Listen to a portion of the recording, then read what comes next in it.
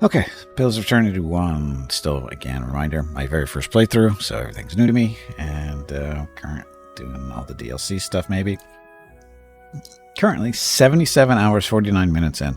Wow, that's just flying, but this is flying. Flying by.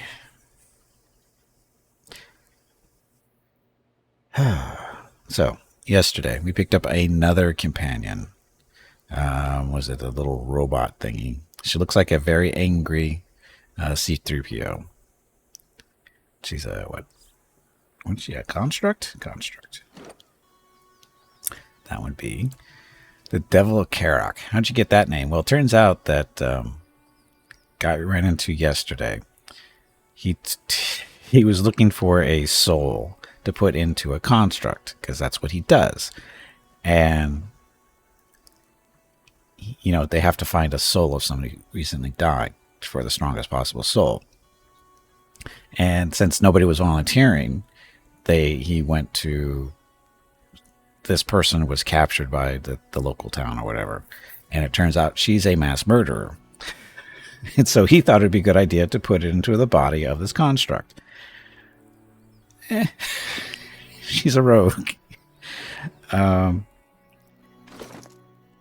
She's somewhat amusing. We gave her a funny little hat to wear around.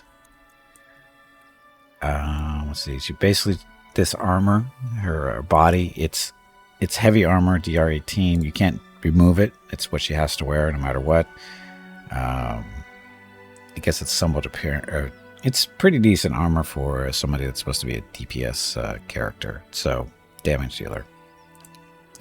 We gave her a flaming sword because apparently she's a mass murderer by burning people alive. So, yeah. And we happen to have this sword in storage, so we kept it or gave it to her. Also gave her a little shield to keep her a little bit more protected.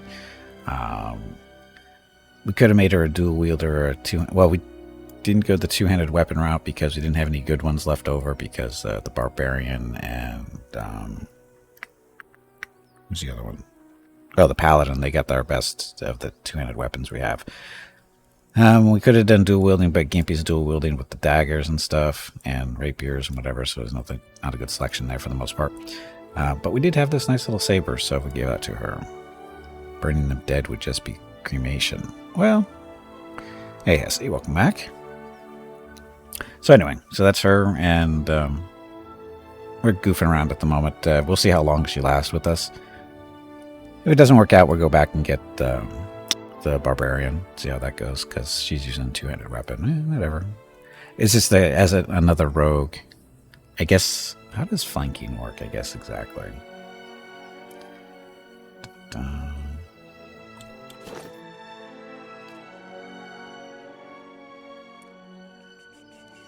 Where does that show up anywhere? Flanking. Flanking, it only requires one extra person to technically flanking. There's flanked. Deflection is reduced by 10 when you're flanked. But what is the actual definition of flanked?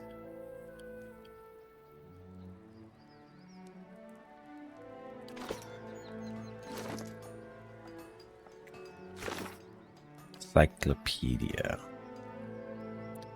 Combat mechanics. Flanking. So flanking occurs anytime two attackers engage on an opponent. So it only takes two people. So two rogues working on the same target could be fairly messy because of their flanking bonuses and sneak attack stuff. Is sneak attack in here too? Of course sneak attack's not in here. Why isn't sneak attack in here?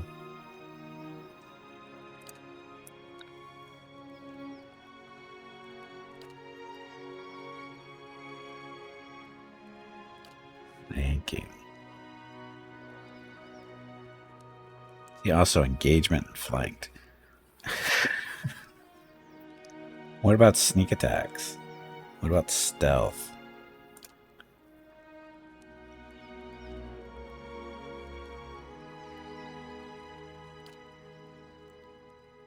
So stealth and sneaking aren't here.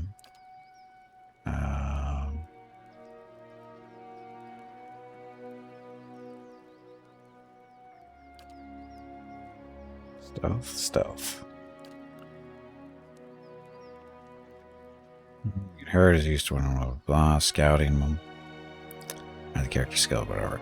So nothing, no mention about sneak attacks. Hey, Hurricane, welcome back. Happy Tuesday. So how come they don't include sneak attacks in here? There's a full attack. Primary attack. Just trying to get an idea how the two rogues interact with each other. I'm sure it's fine. Anyway. What are you doing today? Still working around in the... What's it called? We're in Stalwart Village, and... Oh, that's right. We're looking for dwarven souls to help us get into Durgan's battery.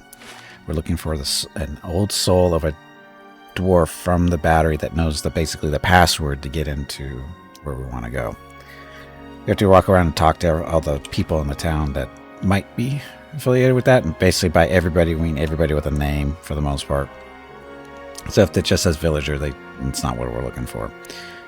We have found one person that's a potential, but in order to get the password out of them, Gimpy has to awaken them, and basically awaken the old soul. And one person we found, if we awaken, that's who has a dwarven soul in them. If we awaken them, it'll be permanent, meaning that that soul will take over the body. And do you really want to do that to that person? And we decided no. So we're looking for somebody, basically another soul that if we awaken them, it'll be only temporary. That's the general idea. So that's what we're looking for. What do you have for sale? Yeah, what do you have for sale? We could use some more supplies. What's this? Ultimate Hat of Alluring. Perfection. So Might 2, Constitution 2, Simpleton. Simpleton? By Intellect and Resolve. Seems kind of mean to do that. Watchful Cloak Mark 2. +2 enemies needed to flank. And give you bonus of perception. Ring up deflection. And that's a 9. We should probably pick that up. So the best one we've seen so far is a 5, I think.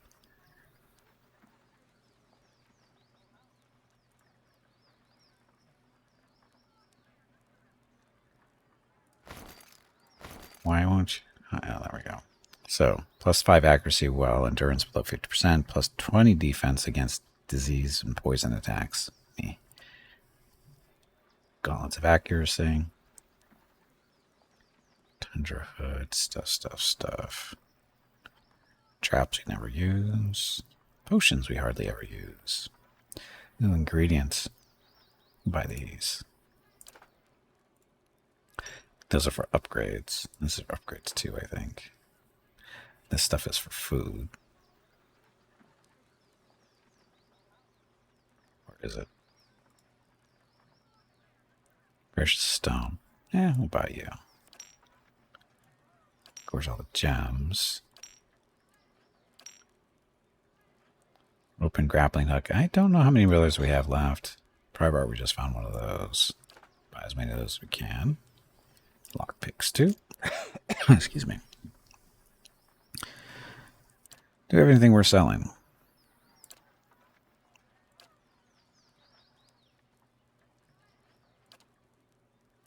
So, this stuff.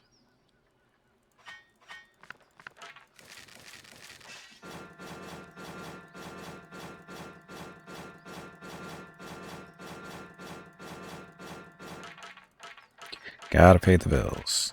Apparently we've been collecting a lot of stuff. Not a lot of money out of this basic stuff, though.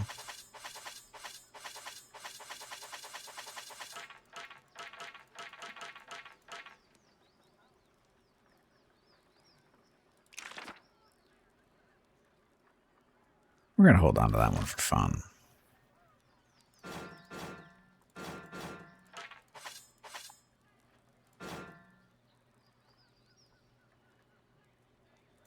Sword, fine scepter.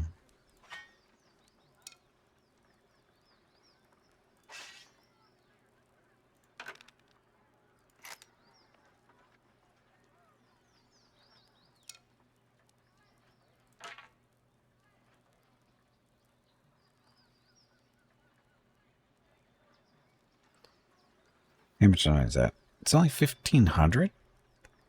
Wow. We haven't been picking up a whole lot of good stuff, have we? Just all junk.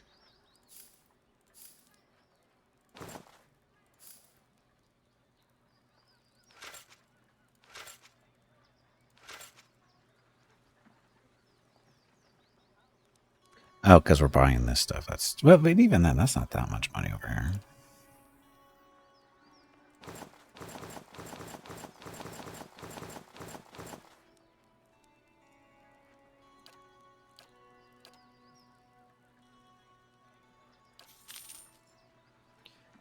Okay, so we're good.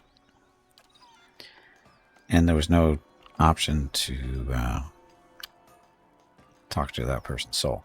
Oh, and Ms. Robot wants to talk to us about something. Didn't think there was anything more than lice and hoarfrost to these folk, but you had a look back there. What do you find when you're rooting around like that? Fabric of a soul. Things I'd rather not see. Nothing important. Usually somebody else's bad choices. Seem rather interested in these villagers all of a sudden. Why? Mayhap I'm looking for someone. Woodcutter by the name of Harmka. Tell me why you want to find him. So I can kill him. Wrap my fingers around his throat till he's as cold as his wretched village. Your fingers tighten into fists, the metal squeaking and rattling. He was one of them. The mob that destroyed Cold Morn. I tracked him to Stalwart years ago, but got caught before I could finish my business. Dark iridescent whorls appear and fade on her chest plate. Her heat ripples from her metal carapace. Sounds like there's more to it. This one's personal for you. This man, Harmka. I saw him outside my house the night it burned, staring into the flames the way I seen you stare into souls. Fists clench and loosen in a series of rapid, random movements. I knew it were a fool's errand trying to hunt down every man and woman that carried a torch into Cold Morn, but She twists her head from side to side and holds up a hand, a delicately engraved palm, empty but grasping at something. If I knew I got the one responsible for my kin and my hearth, I could rest easy. How can you be so sure about this Hemka fellow? Armkiss. I took a good long look that night. Ours was a little place with a yellow door right on the edge of town. He was there. She nods slowly. Besides, I asked around when I first got to Stalwart. Townsfolk said that all the woodcutters in town took part in the purge. Point of pride for them. A small plume of heat rises from his seam in her skull. What does this have to do with me? I told you he was part of the mob. I spotted him watching my house when it burned. That doesn't explain why it makes it my deal. But when we find him, I want to know if he's the one responsible for my home, my parents, and my brothers and sister. One of her thumbs rubs absently at a scratch on her hand. I never thought I'd have the chance to know for sure. But you could look into his soul and find out. You being a watcher and all. I'll do what I can. Mighty fine of you. Mighty fine indeed. She nods again, her head bobbing along to a drowsy cadence. Don't know where he dallies these days, but someone in Stalwart could tell us. People from little villages, they always know. Second, Mrs. Gimpy needs to talk to me.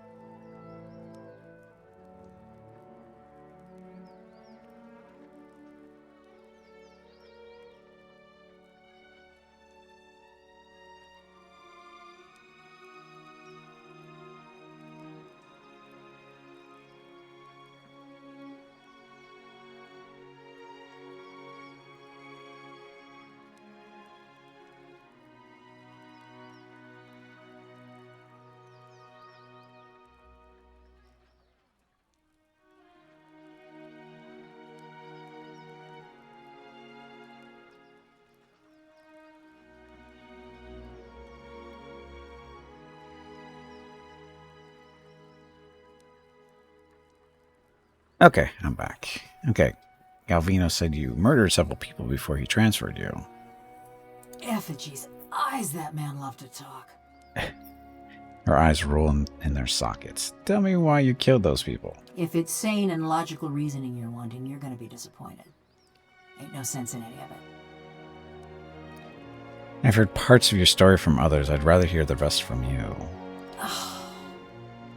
A soft hissing noise comes from the bronze golem. You recognize it as a sigh. Mayhap you've heard of Coldmorn. Was a quiet, forgettable patch of the woods. Till a pack of rabid clodhoppers set it afire. Fingers on one hand twitch and click against one another in a pair of sudden spastic motions. What exactly happened? Sudden burst of heat flares from her seams as her essence surges and boils. A farmer on the other side of the mountains woke up one day with his head all aflame and took it for the gibbering speech of his god. And so did a few thousand of his countrymen. So when he tired of Vorlus fields and marched west, a horde of armed Hicks followed. What do you mean? Saint Widwin and his blazing crusade celebrated his coup in Raid Saris by invading the Deerwood. Most of his forces headed north to Halgat Citadel, but a lucky few thousand ventured through the mountains. Through Cold Morn. We let him pass. And you try to stop those guys. Wouldn't aren't the forgetful sort. You must have known that wouldn't end well. Maybe not, but the Raid Sarens had us clean beat in numbers. Even bumpkins like us figured that. Just look at Mercy Vale. They fought back, and now there ain't one stone standing atop another in the whole village. She switched one bronze palm across another, metal screeching. Besides, we asked the Duke for help. Told him Widewind's troops was coming through the mountains. Seems he had better uses for his soldiers. She crosses her arms over her plated chest. So we let Widewind's soldiers pass. Left him for the Duke to wrangle on his own terms. You hear a soft clank as she flicks her wrist. What happened then? They dealt with the Raid Sarens. Then they came for us. Was after the Godhammer made a fine grit out of Widewind, when Deerwoodens were running on rage and looking for something to burn. You catch glimmers and glints at her seams as razor-thin wires pulled tight within her body. They came at dark. Hundreds of folk. Every one of them mourning someone lost in the war. A dry chuckle ticks in her throat. Must have decided it was our duty to escort their dead back to the wheel. They didn't light their torches till they had us surrounded. Time we saw them, there was a ring of fire closing around us. She pauses and a mechanism in the back of her skull clicks dully. I woke. Ran to the window. Whole village were a maze of flames. Couldn't see nothing for the smoke. And the screams. With them spasms to a strange rhythmic beat. Most ran for the streets. Got caught by the mob. Others hid, let their houses burn down around them. Now, what does that have to do with your crimes? I'm sorry, that's terrible. Someone should have made those thugs pay. Your cowards deserve no better. What did you do to survive? I've heard enough for now. Sorry, that's terrible. You're the only person in the Deerwood who thinks so.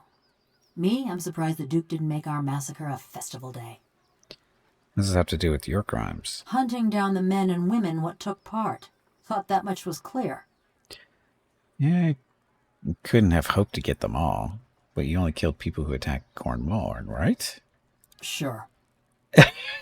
Voice is flat and expressionless as her face, so I'll take that as a no. You want me to tell you straight? I found the men and women what destroyed my village, and I burned their houses down around them. Sometimes they was alone, and sometimes they wasn't.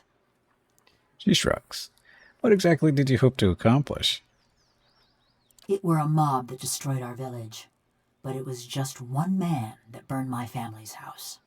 Kept hoping I'd get to him as I was working my way through the rest of those maggots. No matter now, I suppose. Sigh rattles out of her bronze skull, but her essence whips and twitches, as restless as a cat's tail. You and Galvino had an unusual relationship. Only kind to have with someone like him. Or me. She crosses her arms. You resent him. How long have you two been known each other? He claimed he made you. Did you ever consider murdering him? What exactly did you do for him? Let's talk about something else. He claimed he made you. He'd spread butter on bread and claim he made something. Never been accused of modesty, that man. Her eyes roll wildly. Hey, Mrs. Gippy made that exact same expression not too long ago. He managed to stuff my soul into this heap of bronze, true enough. Maybe that makes him a genius. Also makes him a son of a bitch. She strums her fingers along one scratched bicep. You resent him. No other way to feel about the man who flayed my living soul. Metal squeals as she shifts her folded arms. How long have you two known each other? Around about 13 years. Too long, you ask me. Did you ever consider murdering him? Every day. Just kept putting it off. It's not like either of us was going anywhere. What exactly do you do for him? She regards you for several seconds. She shrugs. Looked after his tools, cleaned the workshop, swung the sledgehammer. Oh, and snatched up travelers for his soul tinkering. Of course. Why, those other golems you made. But don't you worry. They were all bad folk. Thank you for telling me. Just so you know, you got a real professional working for you. Yeah. Let's talk about something else. Yeah, I've had enough of him too. Got the battery. Just 'cause I'm made of metal don't mean I got any special fondness for smiths and forges. She flicks the bronze of her forearms, producing a dissonant ring. Do you know anything about it? No more than what Galvino already told you. Any thoughts on which villagers I should check? As long as we get to Harmka, we can search whoever you please. Let me know if you need someone in a chinlock. You've a rare for talent. Do you remember any of the other expeditions that came to Galvino? Nothing specific. Everyone looks about the same when they got their fingers up their noses. She pauses thoughtfully, then her head snaps forward in tiny, quick movements of realization. Only the last group, one before you. There was something different about them. 3 of her fingers clench and spasm. Couldn't put my finger on it, but they was dangerous. Almost felt the hair on the back of my neck. She runs her hand along the smooth, segmented bronze of her neck. Ain't felt that way about anyone else walking through Galvino's door, that's for sure. Hey, Necron, welcome back. Never mind. Murder, tracking, and the best materials for kindling.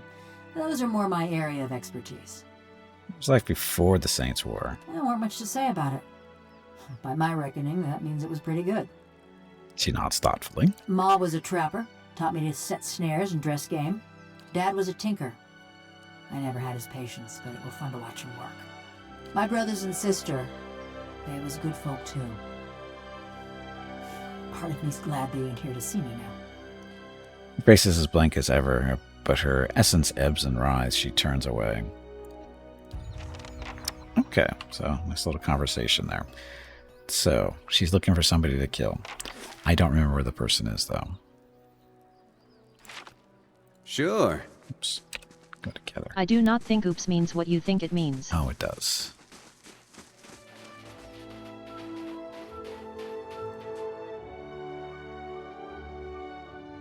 So again, looking for dwarven spirits.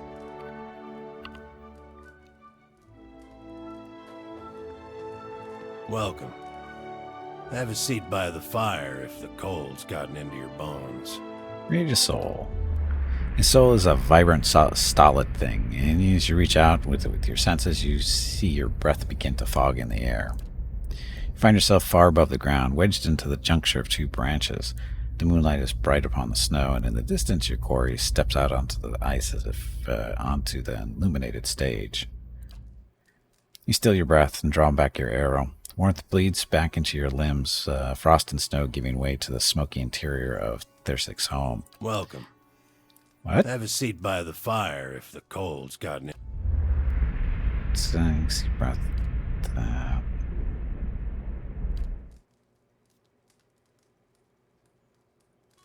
Well, Welcome. that wasn't helpful. Have a seat. Some Coming to your questions. elders for advice, is it?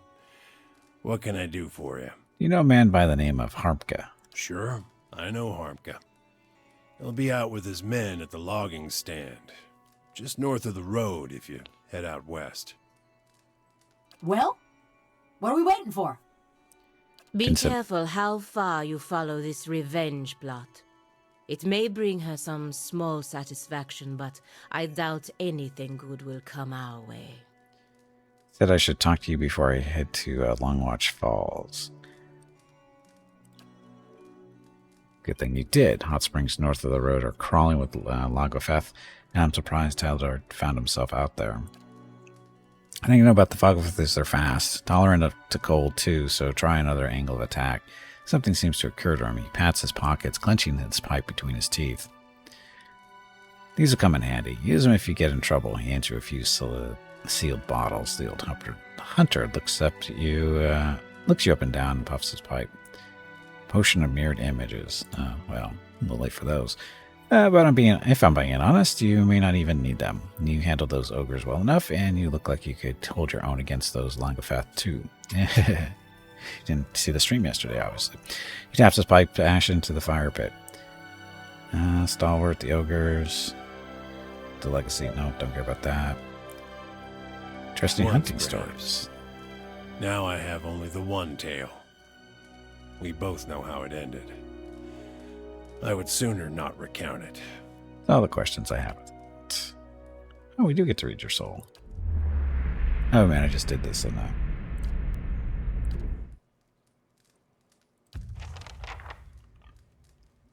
he looks like a dwarf, doesn't he? Kind of short. You'd think his soul would be tapped into other dwarves. Maybe. I call it because it doesn't really work that way, does it?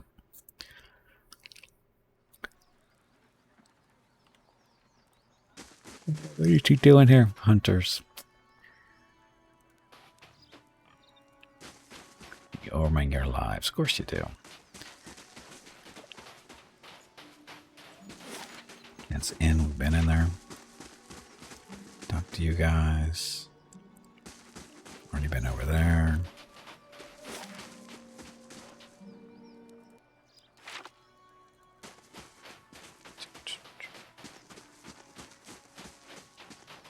Plants.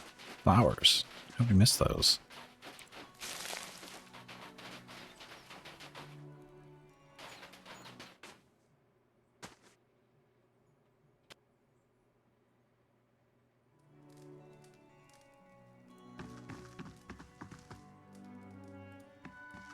Got to speak up?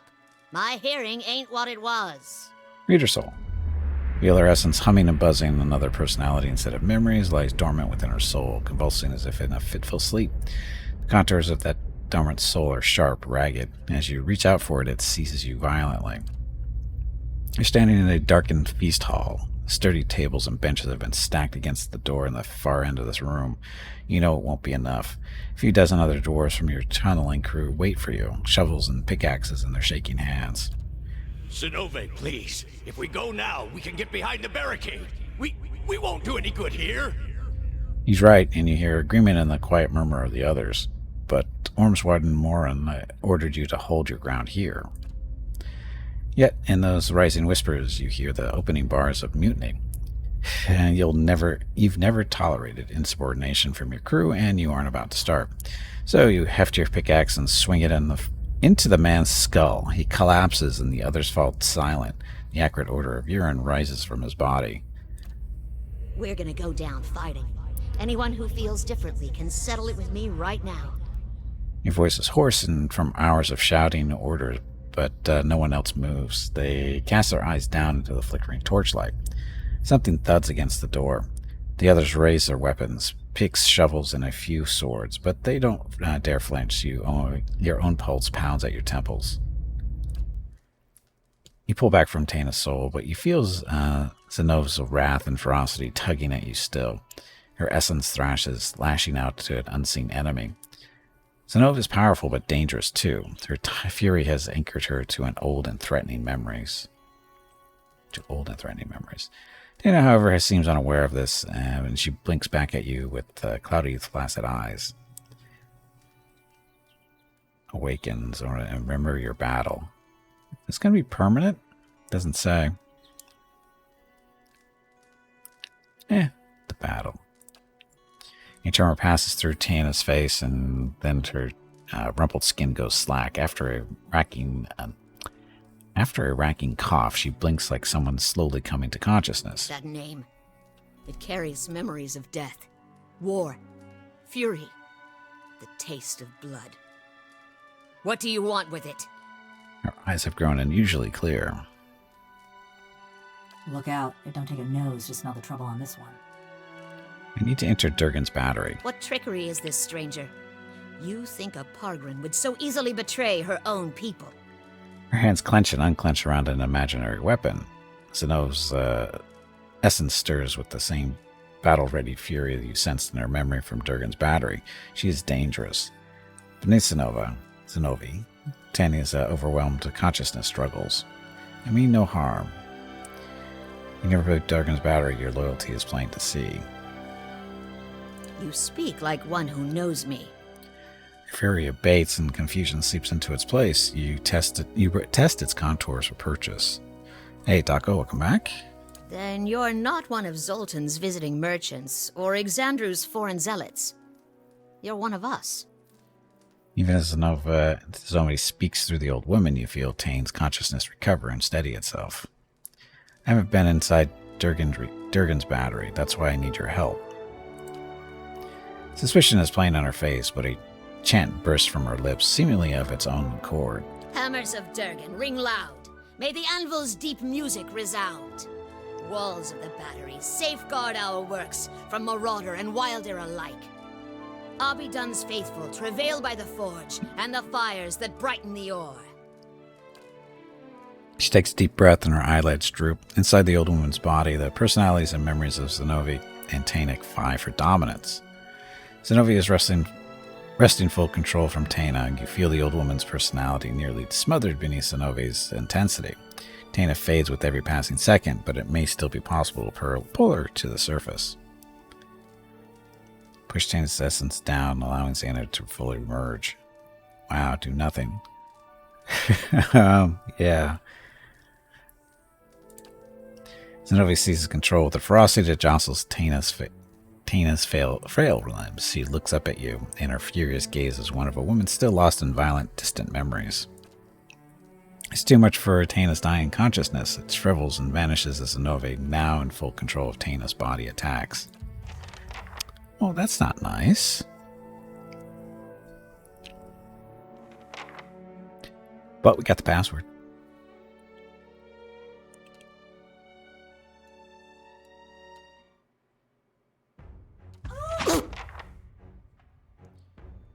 Robot get up there so far. Oh, like it mattered, apparently. Because we just beat up on an old woman. Good news is we could take all the stuff it's not stealing.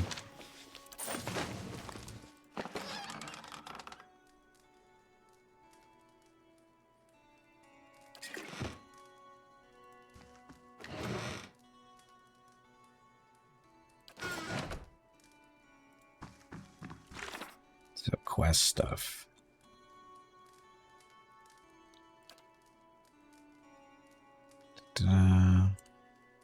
Right into Durgan's battery, I have to release fragment of the leaden key. There we go.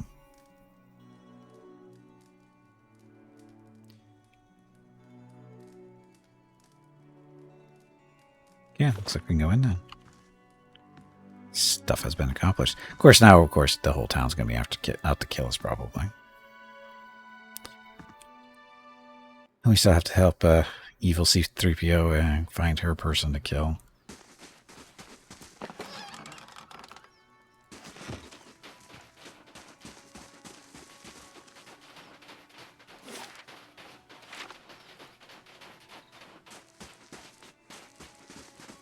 But that person, where was that person anyway? They're not even in town, I don't think.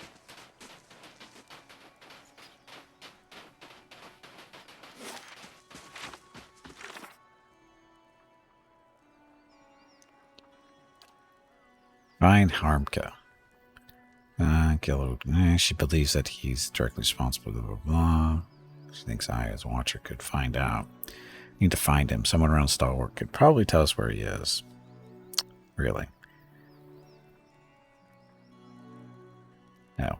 Someone told me that Harmka is working in a clearing in the Russet Wood, west of town. Sounds good.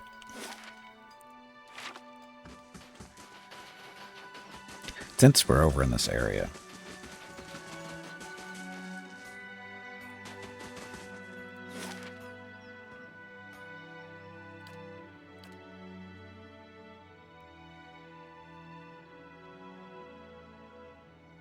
gotta keep the robot happy.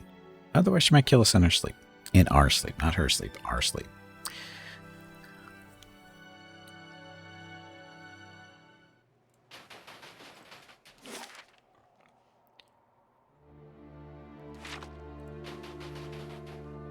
And what does the flame reveal? here? There you are. It's him, Harmka. I remember that weak chin and those knobbly knees. She stops, staring motionless at the figure amongst the trees.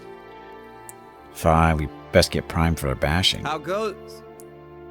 The elven man emerges into the clearing and freezes, staring at the devil of Karok. For an elf, he's tall and rangy, with a weather-beaten face beneath stringy, greasy hair. The others with him turn, glaring and gaping at the bronze golem. Auroch's shadow. What's that wicked thing doing here? He swallows, a lump bobbing in his neck. Why are you so nervous? It's a killer! Look, we don't want no trouble. Just trying to do our work. Beads of sweat have formed on his forehead despite the chilly air. We'd be much obliged if you'd leave us be. And take that thing with you. He looks at the devil with a mixture of terror and loathing. Enough. What do you see, Gimpy? Is this that man who touched us? Is that the man who torched us? The devil sways on her feet, her whole body moving around the axis of her ankles. Though she's talking to you, her attention, a concentrated spear of essence, is focused on Harmka. Who are you? Read a soul. He steps away from you, but your awareness reaches through his trembling skin and the feeble resistance of his fear. You see memories, snow-shrouded forest partitioned by fallen pines and firs, days measured by the steady swing of your axe. There are other moments, too, recollections that flare up like a hearth's welcoming fire. There are children, spry and lanky like you, but still full of rowdy energy from youth. Together, you scatter winter bloom petals on a grave. You reach deeper into Harmka's soul. Years roll back. A torch in your left hand bathes your face and shoulder in heat. All around you are other men and women holding other torches, and the mountain air is acrid with the stench of smoke and sweat. Rage billows off of the others. It's been a fever in your blood for days now, exhausting you and invigorating you in equal measure. You're at the edge of the town, cold morn. It's hours yet before dawn, but the commotion has started to awaken the village. Candlelight ignites behind frost-crusted windows, and haunted faces peer out at you through the glass. You begin to doubt yourself. Just then, a door slams. A villager comes racing through the streets, kicking up snow. With his stark white face and pale hair, he looks almost like a ghost. The line of torchbearers ripples as he gets closer. He picks up speed, but nobody moves toward him. You imagine him breaking through the row, shattering your ranks like the bad dream that brought you all here. You imagine waking up in your bed, the heat of your torch nothing more than the warmth of your wife sleeping next to you. Instead, the villager reaches the row of torchbearers a stone's throw away from you. A woman advances from the line and buries her dagger in his neck. The rest of you fellows shout. Rage, memory, and bloodthirsty triumph boil up in you. You all came with a purpose, and you came to bring justice to the traitors of Cold Marn. Next few hours are painted in colors more vivid than life. You put your torch to anything that stands and your sword to anyone who runs. It is as if Magrin herself whispers in your ear and guides your hand. Exhaustion has almost cooled your rage when you spy a house at the edge of town, one of the only buildings that hasn't already burned. It's flanked by knotty spruce trees, and the door is painted yellow. Yellow, the bloom of sunrise, the hue of your son's hair, the color of cowardice.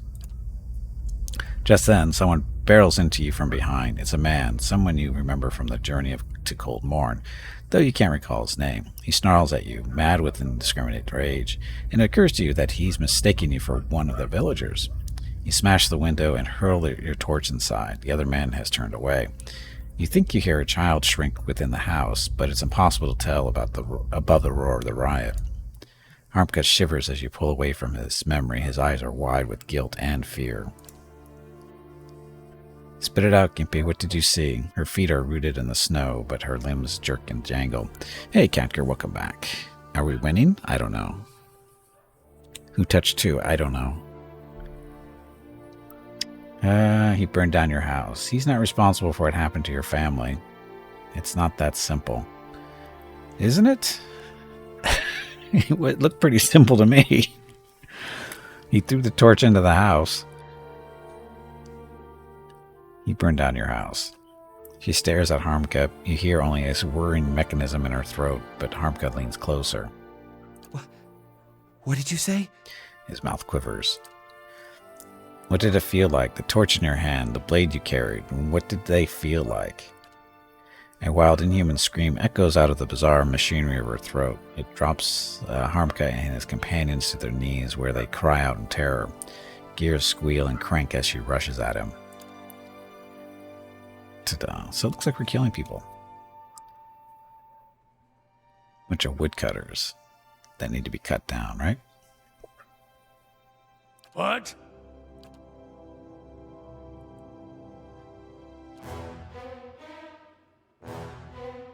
How may I help?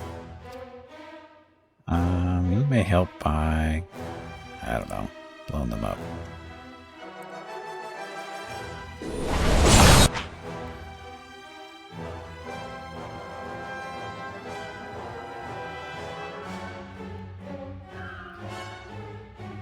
It's the paladin there. There's Gimpy. Gimpy, you after that one. You after that one too. Where's the robot? Oh, Harmka. You could take Harmka. Blind him even. She's doing her thing. He's doing his thing still.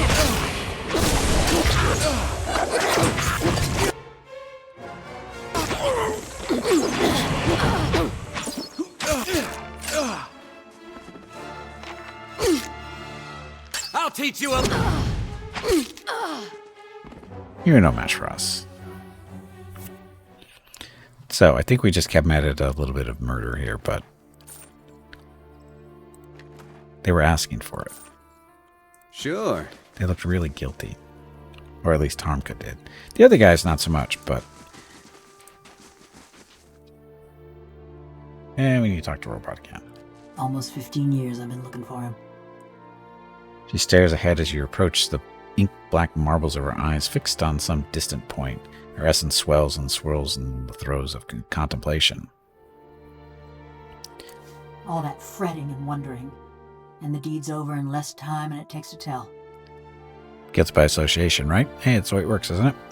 How do you feel now? Some men don't last long. I hope Harmka's death has brought you peace. Peace. Now there's a funny word for it. I killed a lot of folk in my time. Felt their blood slick in my hands. Smelled their flesh as it burned. She holds her hands in front of herself as they twitch and spasm. And I always used to imagine what it would be like to have Harmka under my knife, feeling his breath come hot and fast, smelling the fear ooze out of him. And? Couldn't feel a thing. His fading pulse weren't no more than a patter of rain to me. She shrugs, letting her arms clatter to her sides. Trust me, he's definitely dead. Can't you just pretend? That's anticlimactic. What do you mean? This body, it weren't made for feeling. Gouging my fingers into Harmka's wasting flesh, his screams just buzzing in my skull. She flexes and unflexes her fingers in a few lightning-quick motions. All it did was remind me Of? that this is a madman's fever dream. Like a prison, but no, because in a prison, you lay your head down and you feel the straw soft beneath you. Your flesh prickling in the cold, black bread crumbling on your tongue. She turns her arms in front of her, examining the scrollwork on the backs of her hands with horror and wonder. After 13 years, can't you get used to it? Your body has unique strengths and advantages, too. Come now, it really can't be as bad as all that. Pain and pleasure are disastrous. You're lucky to avoid them. You're right, that sounds awful. Yeah, can't be really as bad as all that. I still dream I'm folk. I wake up some mornings wondering why I can't feel the floor beneath me, thinking I must have fallen and gone crippled.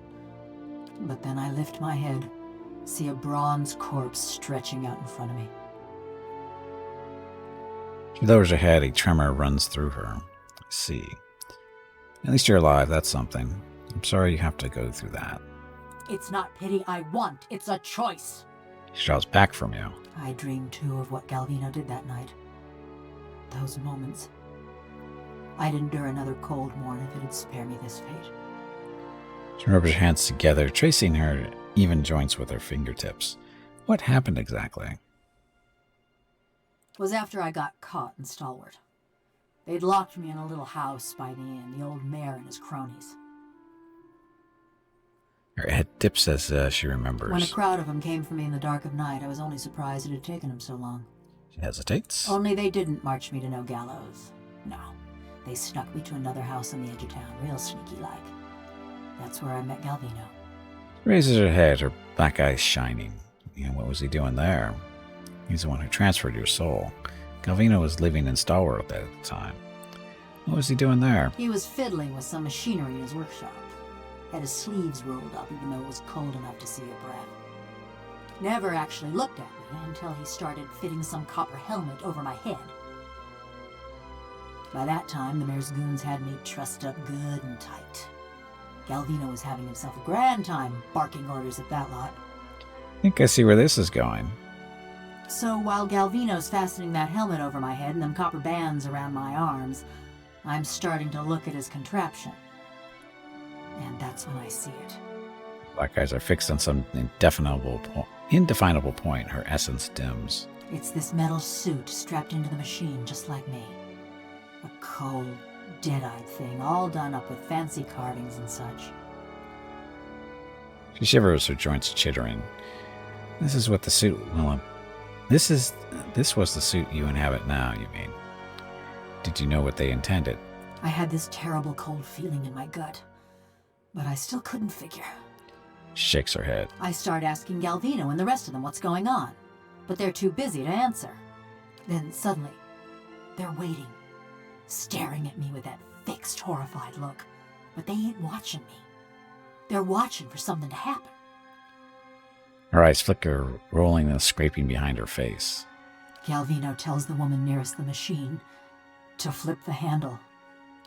And then, just pain. Being torn apart every which way, feeling my soul peeled from my body. Her limbs twitch and shudder. She pauses, waiting for her body to fall still. By the time I came to, I couldn't feel a thing. Just this dull, distant sort of ache. I heard the old man cackling and chattering when I saw him looming over me, looking down at me with hungry eyes. I tried to scream, tried to swing at him. I think that was when I knew. She shakes her head and falls silent. And that's how you ended up here. How could anyone put another person through something so terrible? I reckon I'm the wrong person for that sort of question. But if it cools your conscience, Galvino didn't get off easy. The rest of Stalwart didn't take kindly to having a killer in their midst, nor to seeing their mayor and the Ornery Valians strike a secret deal. They drove Galvino out, destroyed a fortune in machinery, and wrote a letter to the Academy in Salona, ruining what was left of his name. Still, he's lucky he didn't get a pelting. The old mayor fled too, and Stalwart's been as snug and cheery as ever. Now that we've dealt with Harmka, why have you stuck around? I want to ask you about something else. That's a strange tale, but talk another time. Why have you stuck around? You're better company than Galvino. She says it with an offhand, teasing fashion, but she looks away from you, fidgeting with a rivet. Been a while since I were out in the world. Guess I'm keen on seeing more of it. Even if I'm stuck with a bleeding heart. Anyways, I've been wondering about that fortress. She looks away again, flexing her wrist joint. Durgan's battery, what about it? You're acting unusually coy. She's quiet, fixated on her squeaky joint. Near everyone thinks it'll have just the thing they need. She ticks a list off of her clicking fingers. Those villagers wanted to fix up their brook downtown. Galvino always thought it carried some great secret of Animanson. And all them adventurers came looking for fancy gear. What are you hoping to find? Could be any of those things. Hey Gimpy, it is time to take a break. Let her do her thing. This break supports the purchase of Rocket's treats. If you would like to help Rocket feel like a puppy again, please visit gimpyknee.com/support or type !treats in chat. Thank you. What are you hoping to find? Your next break is in 1 hour. No, not that. I don't know. Something to help me feel. Or forget. Effigy's eyes, maybe just something new. The tips on our metal fingers clack together. I just figured, with those dwarves being expert smiths and all, maybe they had something to unmake me. Put me back into my body. I don't think your body's around anymore after 13 years. Perhaps we'll find something yet. I doubt that's possible. Your body's decayed by now. At best, you're a vampire. Come to think of it, that might suit you. I know, it were just a passing fancy. She turns away, her essence buzzing with agitation. Something else. And we're done. Okay, so, timing. So next, it looks like we're going up to at the Wolf Cave, Durgan's Battery. So, get it up. Oh, everybody go up there. So, but I need to take a break. You need to get up, stretch my legs, get some water, go check on Mrs. Gimpy and Rocket, see what they're up to. I will be back in a few minutes. Thank you all very much for watching. Be back shortly. Enjoy the dog video.